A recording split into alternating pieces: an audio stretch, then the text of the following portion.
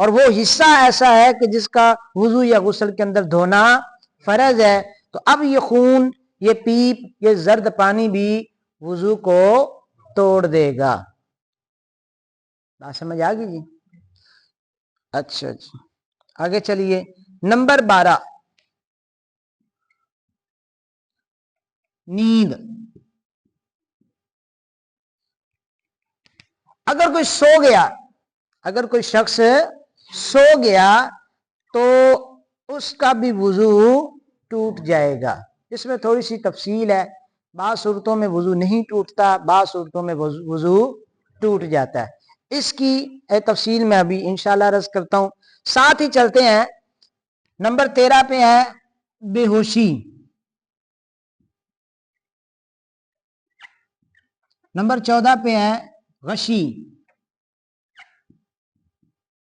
Number 15 پہ ہے اتنا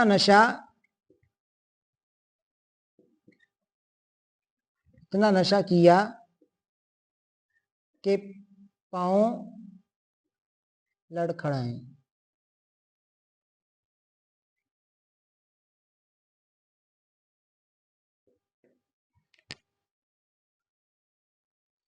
نمبر 16 پہ آ جائے گا جنون، پاگل پن۔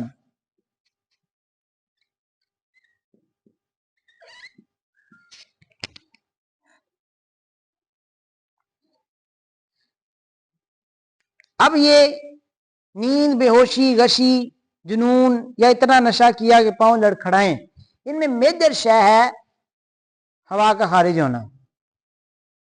ان میں میجر شے کیا ہے؟ ہوا کا خارج ہونا۔ اب یہ دیکھیے گا، نیند سے تو وضو ٹوٹے گا اس صورت میں کہ اگر ایسی کنڈیشن میں سویا ہے کہ اس کی ہوا خارج ہو سکتی ہے، لیکن وہ چونکہ سو گیا اور غافل ہو گیا اس بات سے، تو اب حکم دیا جائے گا کہ اس کا گویا کہ وضو ٹوٹ گیا، کیونکہ یہ غفلت بھرا سویا ہے اور ایسی کنڈیشن میں سویا ہے کہ استرخاء مفاصل ہو گئے، اعضاء ڈھیلے پڑ گئے۔ جب اعضاء ڈھیلے پڑ گئے اور یہ نیند کی وادی میں چلا گیا تو اب اس کا مطلب اس کو ہوش نہیں ہے، اور ہوش نہیں ہے تو پھر ہو سکتا ہے کہ ہوا خارج ہو چکی ہو، تو لہذا حکم دیا جائے گا کہ اس کا وضو ٹوٹ گیا۔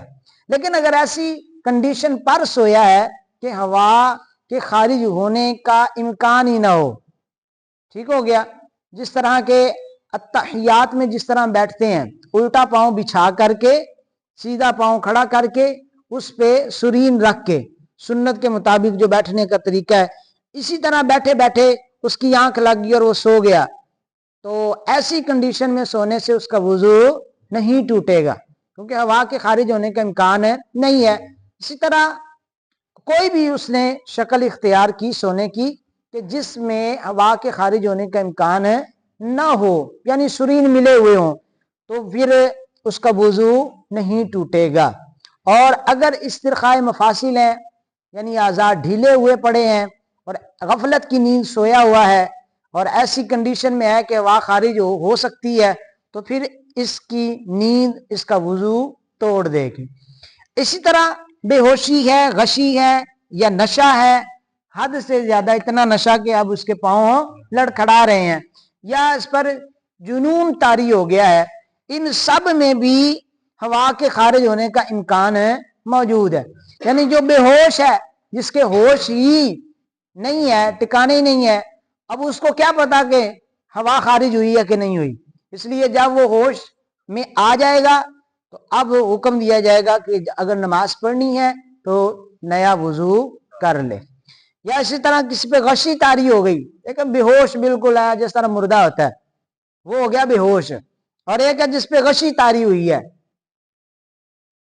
پچھلے دنوں ایک اسلام بھائی کے ساتھ واقعہ ہوا تھا، تو اب غشی جب طاری ہوگی تو بھی وضو ٹوٹ جائے گا، کہ اب اس کو نہیں پتا کہ میرے ساتھ کیا ہو رہا ہے۔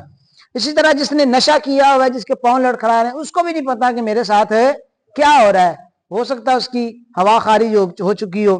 اس طرح جو مجنون ہے، پاگل ہے، تو اس کو بھی نہیں پتا ہوتا کہ میرے ساتھ کیا ہوا ہے۔ مثال کے طور پہ وہ ٹھیک تھا،